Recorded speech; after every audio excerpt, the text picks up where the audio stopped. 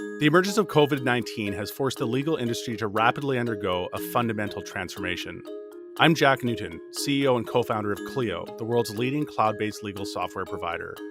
In each episode of Daily Matters, we'll explore what this new normal means for law firms, how legal professionals can find success while working remotely, and how lawyers can best serve their clients during this unprecedented situation. Today, we are thrilled to have Joe Andrew on the show. Joe is the Global Chairman of Dentons, the world's largest law firm, and the former chairman of the Democratic National Committee. He has had a 3-decade legal career and has advised countless companies across the globe, and he's made a tangible social impact among many other accomplishments. Joe, thanks for joining us. Well, thank you, Jack. Thanks for having me on. Joe, first and foremost, how are you and your family doing? Well, we're doing great. I have in quarantine outside of Washington, D.C. with my 25-year-old son and his girlfriend, and then my 26-year-old daughter and her fiance. So we've got 6 people all having home offices in one house, all on the same Wi-Fi. 3 dogs who are all becoming canine doorbells every time somebody comes to deliver something, which is just about once every hour. So it's loud and noisy, and candidly, in the midst of all of the challenges and tragedy around us, we're actually having a pretty good time. Well, that's good. I'm glad. It's good to have some company. Better more than less, I think. Absolutely. So, Joe, what's on your mind most right now? Well, we have been in this process a little bit longer than a lot of other companies. We're the largest law firm in Wuhan, China. We're in every single hotspot around the world, the fastest growing law firm in Italy. Dentons Europe is actually in Iran. We have also just announced combinations in a lot of places that are perceived to have managed this better, like South Korea and New Zealand, which were both new combinations for us in 2019. So we started the process of dealing this in China early this calendar year.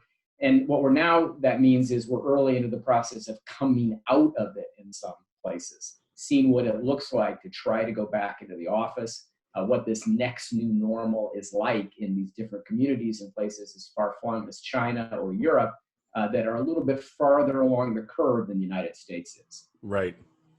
And I'm interested, what have you seen in some of these communities that are starting to, like you said, return to some sense of normalcy? Maybe not normal, but they are further along on the recovery path. What has that started to look like? It's definitely not normal. It's next, though, whatever is next, whatever we call it.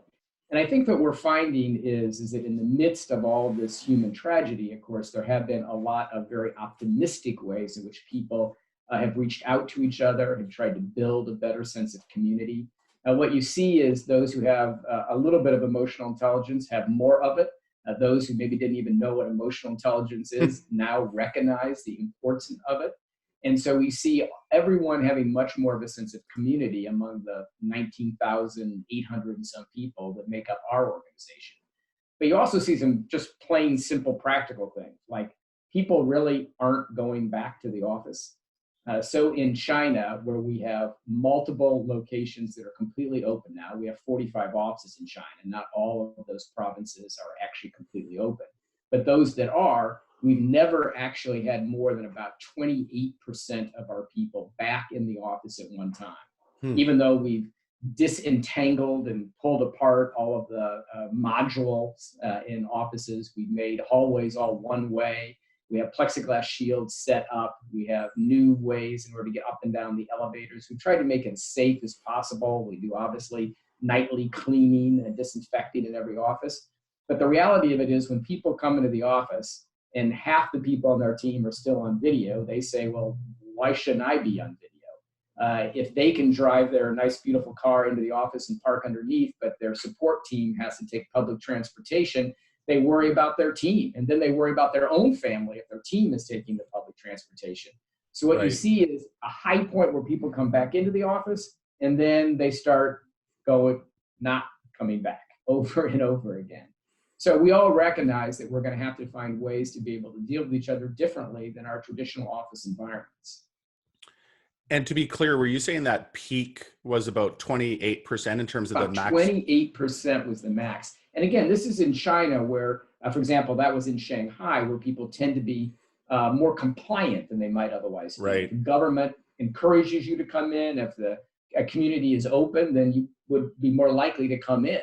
So while we anticipate that means that we will be operating as we do now, remotely, we like to call it, operating agilely. Our offices may be closed, but we're not closed. Obviously, all the services we provide, we do anyway. Anything our clients need, we can do regardless of whether or not the physical office is open. But we think we're going to be operating this way for a long time period, and that through the many waves that are yet to come, we'll have offices, again, that are used for some conference areas, but we're certainly not going back to any sense of normal like we were currently operating in our 185 offices around the globe. I heard a phrase last week that I think captured it perfectly, which is we're entering our new abnormal. Absolutely right. I like that too. So this is very interesting. You saw the peak at 28%, and then things tailed off from there. You actually saw maybe an initial almost rush to get back to normal, get back to the office. And then as soon as people realized the realities of what this meant from a safety and health perspective, things declined from there. And I'm curious, where has it stabilized in a place like Shanghai? Yeah, it's different in every office. I don't have the most recent statistics, but in general, it's about 1 out of 5 people. So roughly around 20% of people who feel comfortable coming to the office. And obviously some come in, and what that means is coming in at all. So some people may be coming in just 2 days a week, and rather than coming in 5 days or 6 days a week in the process.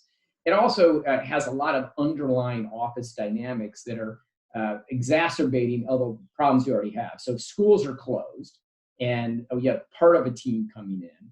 Unfortunately, we found that just the underlying sexism that we see in many of our communities, more women working from home and the men coming in. Well, the men that are in the office obviously feel guilty about it. It's literally sexism on display in the office. And so they in turn say, look, this isn't right. And so they're less likely to come in because their team is not there to begin with, and they don't want to be perceived as somehow superior because they're in the office when others feel that it's not safe. Also, of course, everyone's concerned about their family.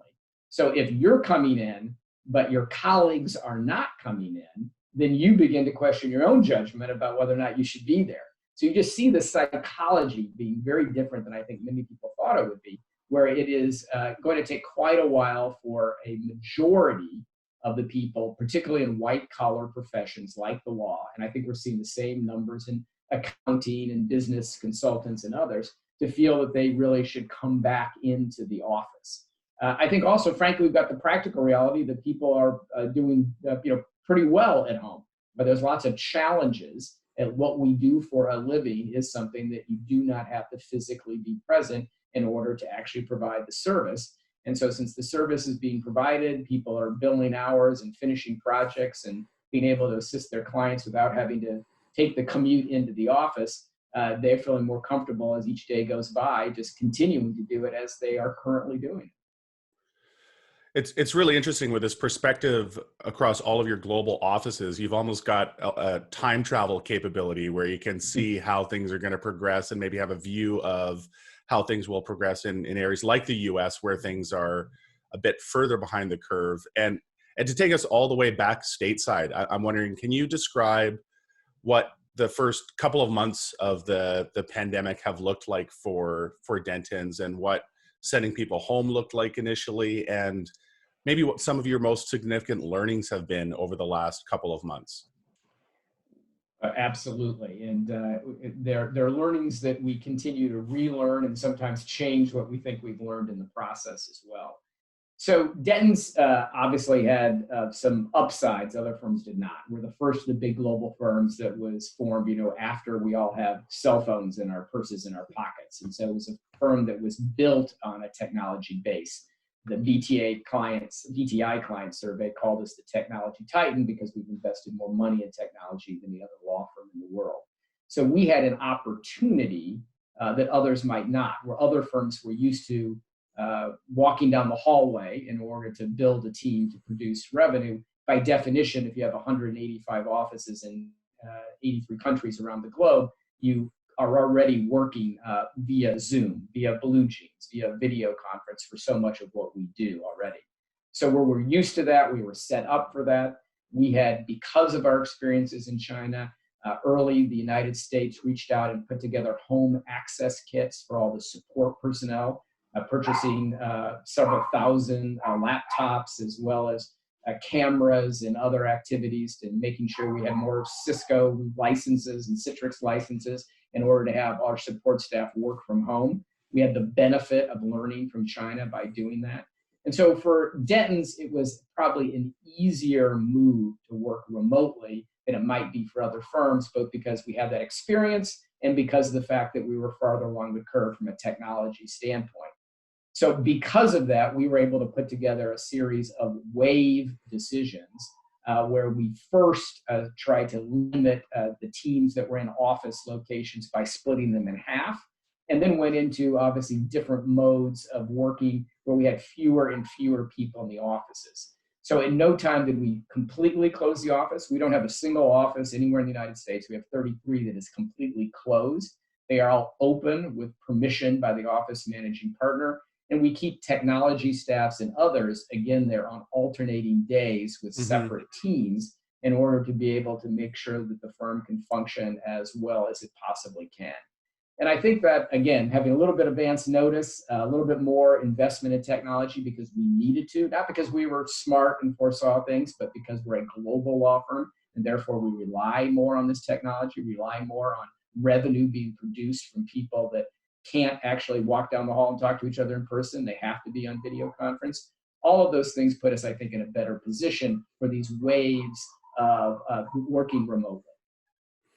So it's interesting. You found that the technology infrastructure that you had to put in place to have almost 200 global offices collaborate effectively together really extended pretty seamlessly to having all 19,000 employees working in a distributed work from home environment.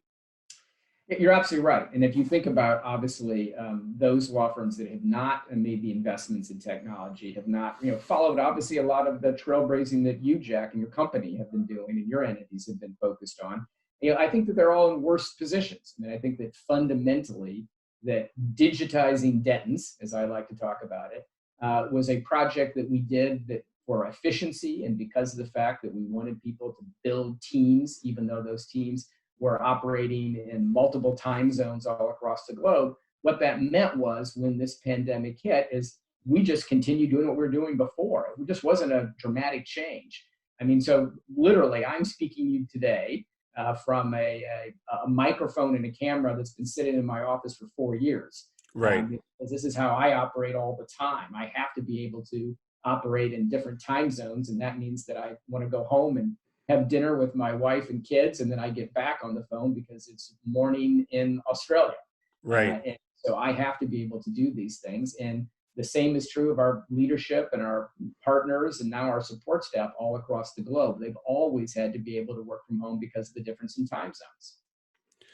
I'm curious, you've had this phenomenal technology infrastructure to lean on as we've made the transition to work from home in a highly distributed environment. Have you found there's been more human and almost people related changes in terms of how you manage a remote team? The technology is one piece of the equation, but of course, especially I think the intra office communications that might have depended on those water cooler conversations or those chair swivel conversations that just can't happen in a distributed environment. How have you seen people navigate that and move to a different maybe communication style than they would have had they been in person in an office? Well, I mentioned emotional intelligence early Right. on. Early last year, we put together a program we call Next Talent. And what Next Talent is about is trying to determine and find how each one of our team all across the globe can literally flourish. The fundamental challenge with most law firms is they were all based on this old-fashioned triangle that was up and out. It was about essentially having young lawyers and other young members of the team compete against each other to get to the next level, whatever it may be. As if some people were just better than others at the practice of law or what used to be imagined as the practice of law. The real goal for an organization should be to try to find out exactly what talent every single person has and make sure you can support that person so that that talent can flourish. We're obviously dealing with a lot of really smart people who succeeded from kindergarten on up. And it's not that someone is a better lawyer than someone else. They just might be better at some portion of what we think of as law as someone else. So our goal is to try to retain everyone, not an up and out policy, but find where it is that people are best situated. What talents do they have? How can we make those talents flourish? And for the first time now, we're dealing in an era where we have brain science. We have obviously behavioral science. We have behavioral economics. We have data-driven ways we can look at how do you actually support people so that they can flourish, they can really thrive, whatever the circumstances they're under.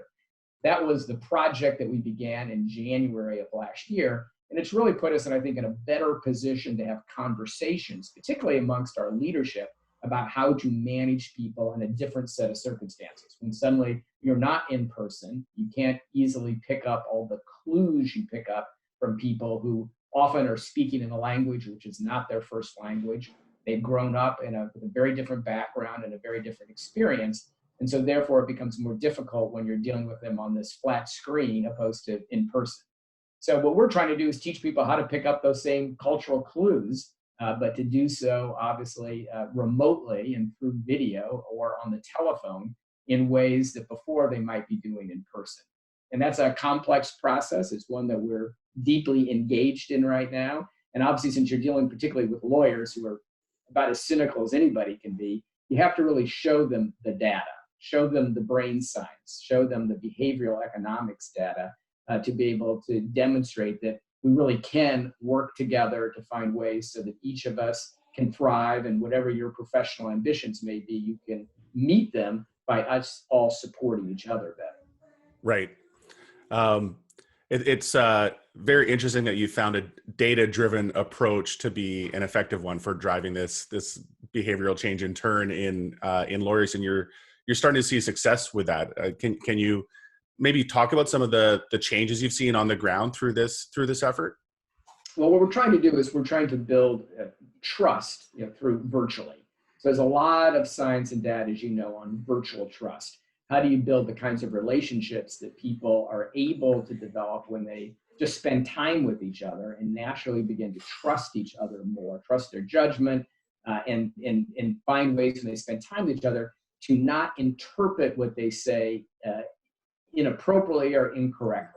Right. The biggest challenge, as you know, through the video is that it tends to not only literally be flat, but people often take what one says flat, and you're often able to get a wrong impression. People tend to have a burst of excitement and can challenge what people say because they're not listening or hearing the nuances, and they start imagining people as being more aggressive than they might actually be. So there's a lot of data that shows, again, on video conferences, people can tend to be more aggressive.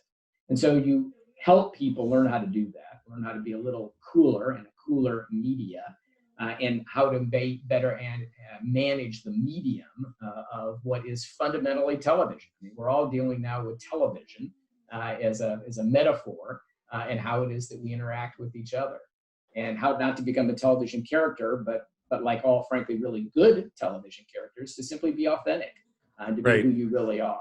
And that is an art form, because so many people, you put a camera in front of somebody and they change, right, is what it comes down to.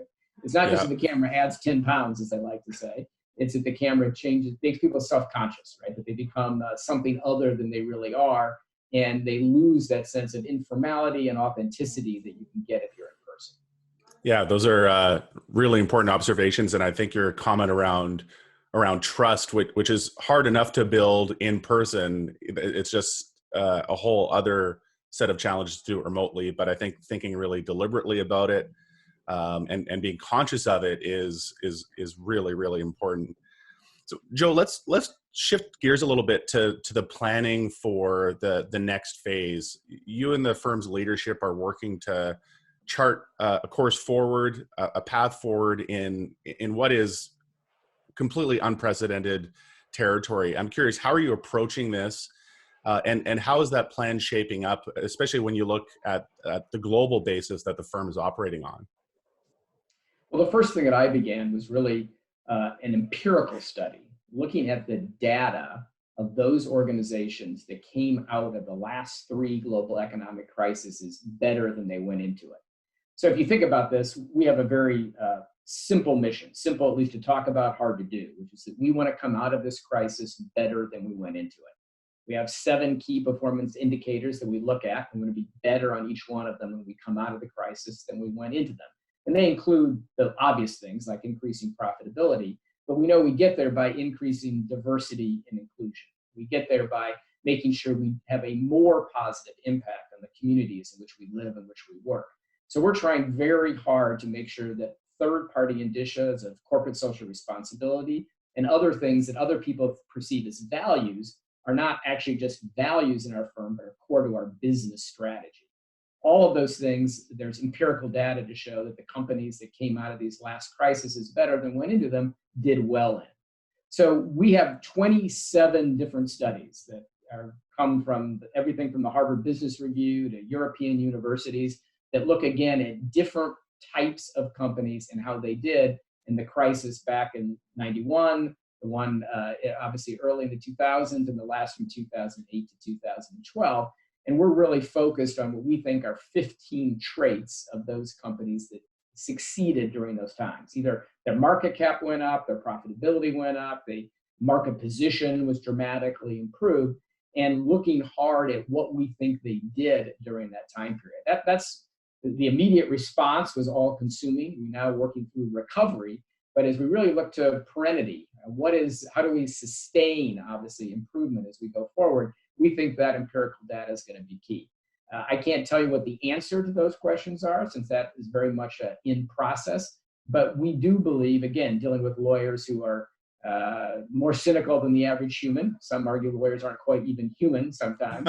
They're clearly more cynical because they are trained, obviously, to look at every statement that's made and tear it apart and try to turn it upside down and be able to verify any data that you have, looking at that empirical data to put ourselves in a better position as we go forward. Some of those things are kind of self-evident. Those companies that stuck to their strategy, they may have changed tactics, but stuck to their big strategy, clearly did better. Those companies that continued to make investments in innovation and technology did a lot better from 2008 to 2012 than those that did not. And 91% of the companies that were bigger in 2012 than they were in 2008, or more profitable, even if they were not bigger, had some significant M&A activity during that time period. They didn't crawl under a desk and hide. They continued to find inorganic growth as a way in order to move organic growth. Very interesting. Are there other traits, these 15 traits you mentioned, that the most successful companies emerging from these previous crises shared? Were there any other traits that you think apply especially to law firms as they're thinking about navigating this crisis? Well, obviously, law firms are different, as McKinsey has recently pointed out, than a lot of other organizations. They tend to do better during these types of global economic crises because we have so many counter-cyclical ways to make money. Obviously, bankruptcy, restructuring practices, for example, the healthcare regulatory practices right now, those are examples of things that will be very strong. Obviously, law firms are also different based on not only the sectors they focus on. If you were only a healthcare tech company, you might be doing fine. If you were a law firm that focused on cruise lines and travel alone, you probably would not be. But what we find is it's also geographically oriented. At least in the last couple of crises, which I believe this one will be different, but there were different patterns from a geographic standpoint. Those law firms, for example, that were very financial institution based in New York City did worse than more general practice firms out in the middle of the country did. This is a different type of crisis because it's not just a financial crisis. It is obviously, we're seeing really high unemployment rates and much more dramatic hits in places like Texas or in Oklahoma, the energy hits, but we're also just seeing massive unemployment all across the United States. So I'm not so sure that the geography will be as predominant in this global crisis as it was in the last one. But even when you look at all of those things, the key for law firms that did well in the last crisis was, one, they grew. They continued to make investments in people. And two, they were able to maintain their pricing. So there's going to be a tremendous amount of downward pressure on pricing, whether it's per project, per hour, however you charge. And law firms that have found ways to push back on that and maintain their pricing are going to be the ones that will do the best over the next 4 years. And again, those law firms that were able to maintain their pricing the best between 2008 and 2012, not surprisingly, ended up having the highest increase in revenue per lawyer in RPL, a number that's pretty hard to manipulate when you look at it, than any other firm. So we have a project Evolution, where we literally have taken apart the AmLaw 200, focused again on who improved their RPL between 2008, 2012, and then on a 2-year basis, 10 to 12, 12 to 14, 14 to 16. And then we in turn go back and look at the media on each of those firms that either are in the bottom 10% or the top 10% and look at what they did. We also do headcount by practice group on each of those 2 years to see if there's dramatic changes. And not surprisingly, you'll find that those firms that took advantage of the financial crisis by hiring in more corporate and transactional and banking finance lawyers are the ones that were able to ratchet up and improve so much better in 10 to 12 and then 12 to 14. So if you look at 3 firms, for example, that had the highest increase in revenue per lawyer during the 2008 to 2012, Kirkland and Ellis, Latham and Watkins, and Skadden, each of them actually increased the percentage of corporate and transactional banking and finance lawyers during that time period. So while others were laying those people off because they did not have enough work, those 3 firms, which obviously had dramatic improvements in their market position and their brands, I think we'd all agree that those are 3 successful law firms. They were hiring the very people that everyone else was laying off. And clearly that's a lesson to all of us to be very cautious about particularly transactional-oriented practices. This feels like the law firm version of Warren Buffett's famous quote about, be buying when everyone else is selling and selling when everyone else is buying. It's an opportunity amidst what many others look at as a crisis and a time to shed roles and downsize. Yeah, you're absolutely right. And I think we'll see a lot less of it in this economic crisis because I think everyone saw that as well. And it's not just firms that we think are the high profile firms. So if you look at King & Spalding, that's a firm that dramatically increased the percentage of corporate and transactional lawyers in their firm. And they had a big jump in revenue per lawyer. A lot of the Texas and Houston-based energy firms, which had such a tough time in 2008 to 2012, did very well in 12 to 14, again, if they picked up energy lawyers, particularly the corporate and transactional lawyers during that time period. So I think most law firms have learned their lesson. They're going to be much slower to give up whole practice areas as well, and we'll try to hang on to that talent. So I'm curious, Joe, if we turn our attention now to your clients, you've got a unique perspective, a global perspective on how your clients are being impacted by this crisis. And I'm curious what some of your observations on that front might be. Are there some commonalities across the geographies, and what are you seeing emerge as some of the primary challenges your clients are facing around the world? Well, I think as so many people have said, that the one thing you can feel this current crisis is doing is simply accelerating trends that were already happening. So It's not that there's a sudden right turn or left turn. It's merely accelerating what was already happening. So 2 big trend lines clearly have accelerated more in the past 60 days than they did the 6 years before. One, which is consolidation. It is just very difficult to have 50 to 70 to 100 law firms if you're a big company.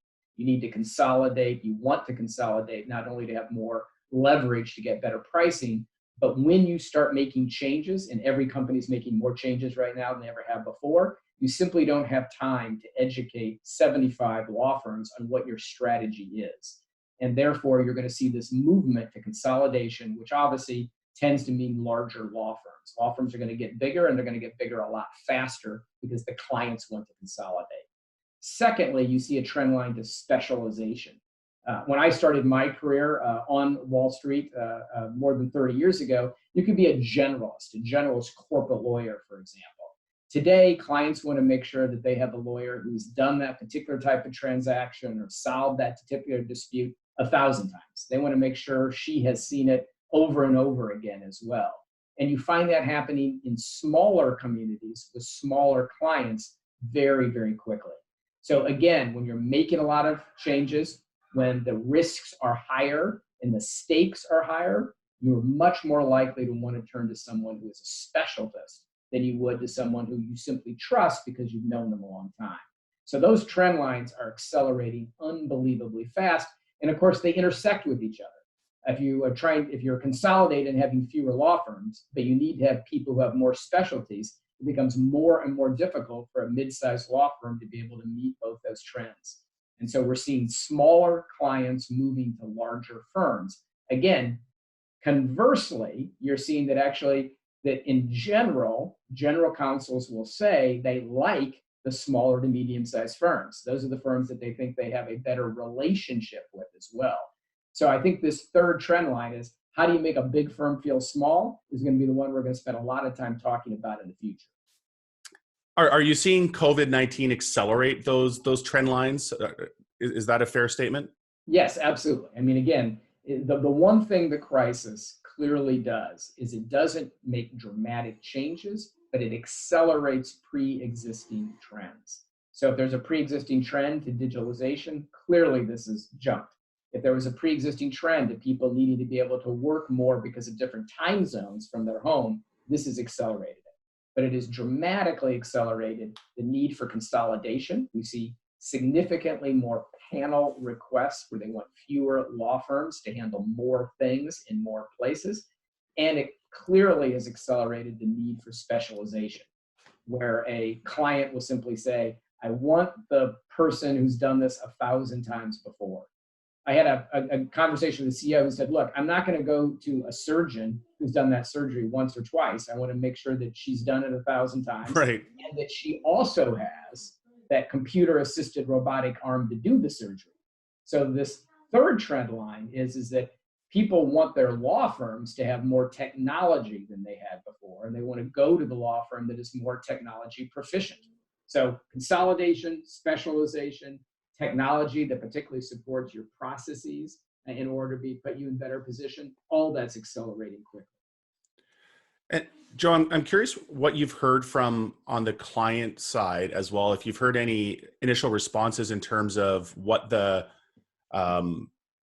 experience in dealing with Dentons lawyers has been in their work from home environments, if they've found any positive impacts from this new normal. Well, they have. I mean, first off, I think in general, they feel everyone's easier to get a hold of. You're less likely to miss somebody on a cell phone because they're traveling, for example, or it's easier to schedule a meeting because you're not traveling. If you just think about the amount of time that all of us spend in planes, trains, and automobiles, and you take that away, you suddenly have a lot more time to be able to deal with your client. Now, on the other side, people have more family obligations that are taking more time. Right. And I think that's what they're really focused on. I mean, what people are much less interested in, will the office reopen than, well, can I get my kids back to school? Can I make sure I can get a dog walker here to take care of the dog? Right. Or I can have the food delivered so I don't have to do as much cooking. Those are the things that I think that actually put more stress on people than whether the office is open or not open. Joe, you touched on this earlier, but you wrote a great editorial for The Hill talking about how returning to the office can really highlight, and this push to return to the office can really highlight some of the significant income inequality that law firms and other organizations have. Can you just talk a little bit more about the perspective you offered in that editorial? What I'm always worried about is that both we who work in white collar professions in the media that we tend to speak to, in the media that is writing, are focused all on thinking about work as something that happens in an office. And so by definition, we wonder, can we get back to a place where it's more convenient to be able to do what we do, but not required? Where those who are our first responders are not in an office, they're at a police station or a fire station, or they're working from an ambulance taking people to a hospital, and they work at a hospital or a pharmacy. They don't work at an office. And if they're involved in manufacturing, they're working in a factory, or they're working in a warehouse or a distribution center to hand something off at the post office in order to be delivered.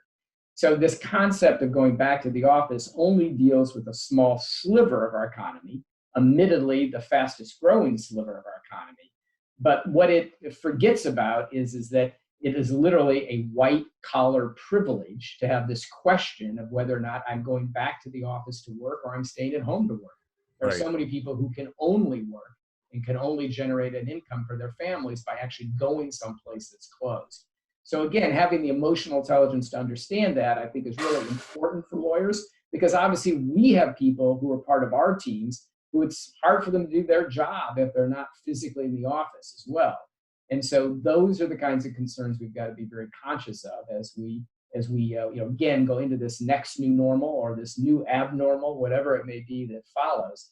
Is we have to understand that this is laying bare the challenges of income inequality all across our country. Absolutely. And Joe, when you step back and look at your global offices, you look at this eventual transition to some sense of normalcy. What kind of time frame are you exploring for that return? And we talked about this earlier. We're not returning to normal. We're returning to Right. some significantly shifted new reality. Spend a few moments talking about what that new reality looks like, Sure. and what kind of rough time frame you think we're in for. Well, I think the first thing it's most important for all of us to recognize is that no successful organization ever goes back. So we don't go back to the office, we don't go back to work, right? We're always going forward. So the question just is, what does forward look like? What does the future look like and feel? And we know that it's going to be different, and we're trying to diagnose as much about what we think the challenges are in order to be able to provide the service that we call law, and then more importantly, to support our clients who are in every sector that you can possibly imagine and in every location you can possibly imagine.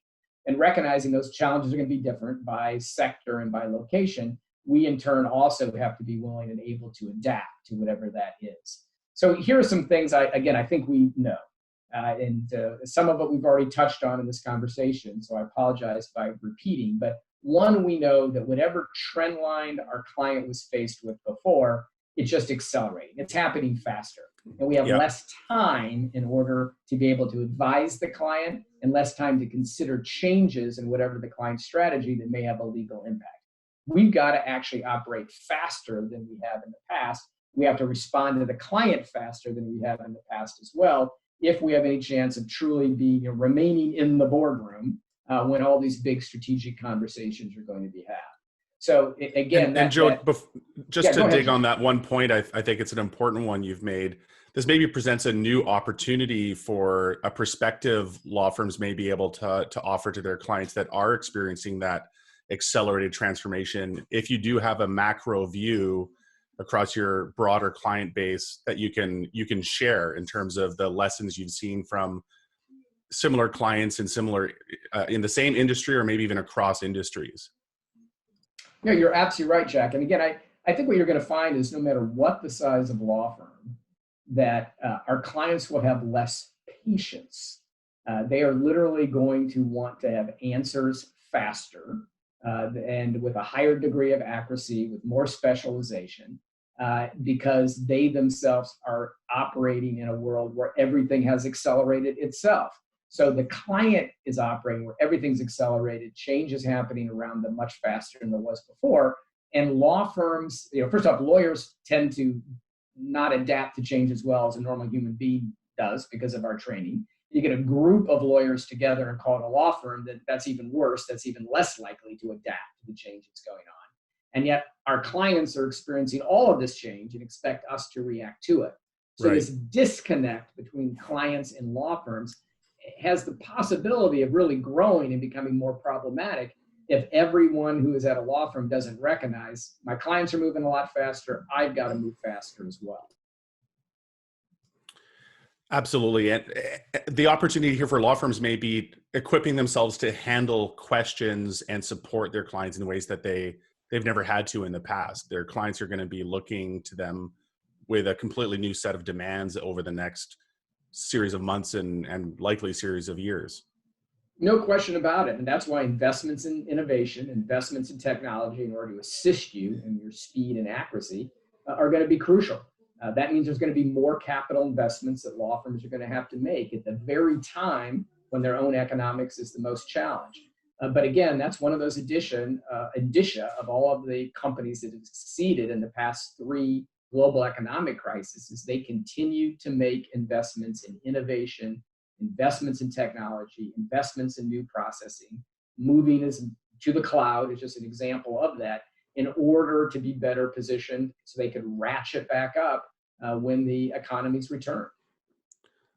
Joe, if we fast forward 5 years in the future and things have settled in some sense of the word, what do you think that landscape looks like? What are some of the permanent changes we've seen as a result of this crisis on the legal profession and our clients?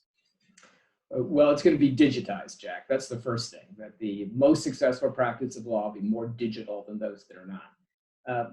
Look, law firms of all sizes and all places are going to succeed. It's not that big firms are going to do better than medium size or medium better than small or vice versa. It's all going to be about the attitude that each of these organizations has of how much they embrace change, because that's the only constant is change here and accelerating change. So those that embrace change find ways to make investments in innovation and technology, being able to find information and mine that data faster than others, will be better positioned. And they'll be better positioned because their clients will see them as being more contemporary, and they'll be able to keep up with their clients as their clients face all these new challenges that are coming at them rapid fire in a way that they have not seen before. So I'm very big on trying to encourage all firms to do that. It is not as if one firm prospers by simply being better than the others. This is about playing tennis well. The best tennis player in the world needs a great tennis player on the other side. Every single great litigator has got to have a great litigator on the other side. Every great corporate lawyer needs another great corporate transactional on the side. So what I hope is that there are a group of firms that understand consolidation, understand specialization, understand investments in innovation, and that they rise above the current challenges just to make sure the product and the service we provide is better for the client. Joe, you've offered a super useful perspective on how transformation is happening in the legal industry, what some of the enduring impacts will be. I'm curious if you could leave us with a parting message, a final message, speaking to our audience, either as legal professionals or simply as human beings at this time. Well, Jack, obviously, people all across the globe are dealing with a set of tragedy as well as personal challenge in a way that many of them have never done before.